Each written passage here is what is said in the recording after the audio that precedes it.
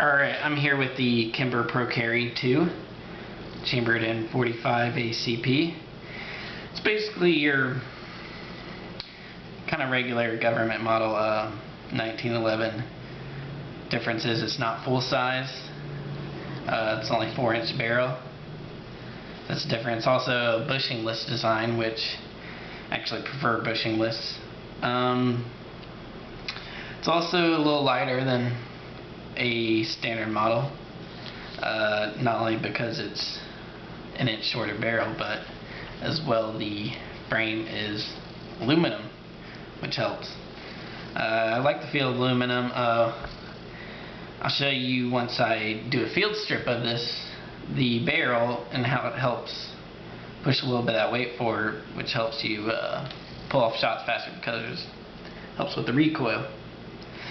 Alright, of course, in regular 1911 fashion, you have single stack magazines. Nothing special there. If you buy the Pro or Compact model, you're going to get a 7-round magazine instead of an 8-round. But the factory 8 rounds work just as well. The only thing I've noticed with the 8-round, you just need to give a tad bit extra, shove than with the 17 or the 7-round. So 8-round, 1, 2, 3, 4, 5, 6, 7, 8. You can differentiate because there's one more hole in the 8-round. So I've had no problems with those magazines whatsoever. Back to the ergonomics of it, because it's single stack, you have that nice feeling grip. You can get your hand around it very well, very tightly. Another great thing is, well, the grips on this model, they're not fanciest around, but they're very functional. They're synthetic rubber grips, so they're very sticky. Get a very good grip on that, as well as the beaver tail. I love the beaver tail safeties. Helps you get. It's very comfortable in my opinion. It's also another safety feature. Obviously, it has to be depressed before you can fire. If it's not depressed, then you're not going to be able to fire it. Safety on the Pro Carry II model, it's not ambidextrous, only right-handed, so that's something you should choose to do. You're probably going to need to just buy one off the website for 40 bucks, I think it was. And then if you don't know how to do it yourself, then take it into a gunsmith. So that's one of the things if you're left-handed. Nice checkering in the back of the gun. None in front, but like I said, with this synthetic rubber, it really feels great. Alright, so onto the sights. It didn't come with tritium or 3-dot sights, but sights are great. You can see them.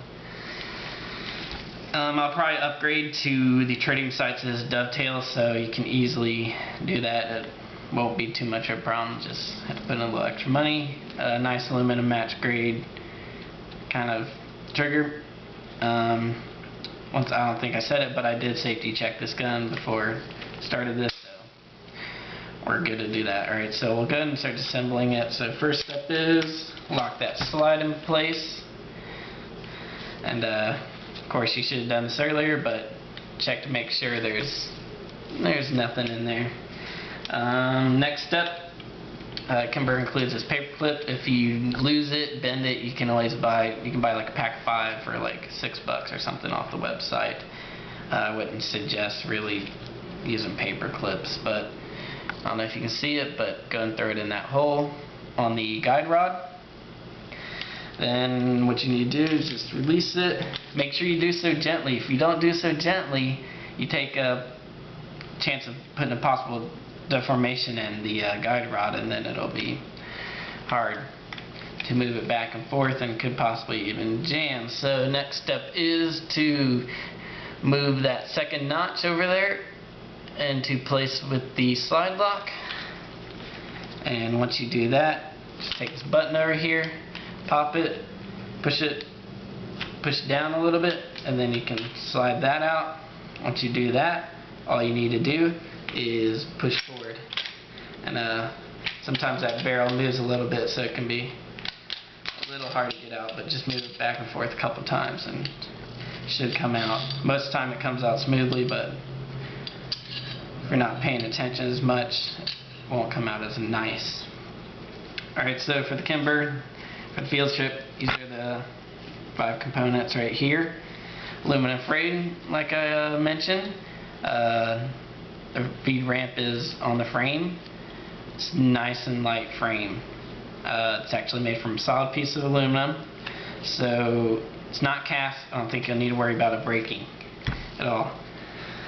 The 4-inch match grade bull barrel helps, as you can see, it's a little thicker down here, and you can see the barrel, it's pretty thick. Helps move some of that weight forward.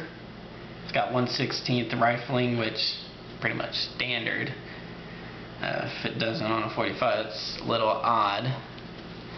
So it is bushingless, like I said, which cuts down on a part, and it's a little different. I like it.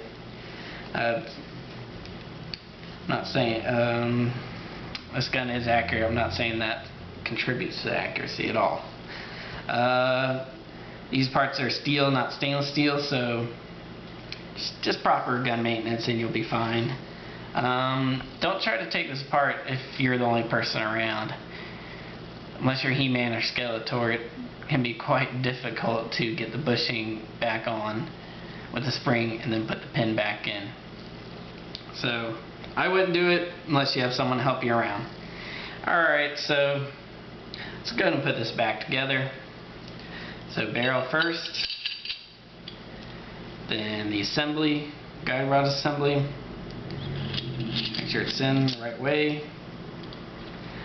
Okay, so go ahead and put your finger on the barrel to keep it back from moving.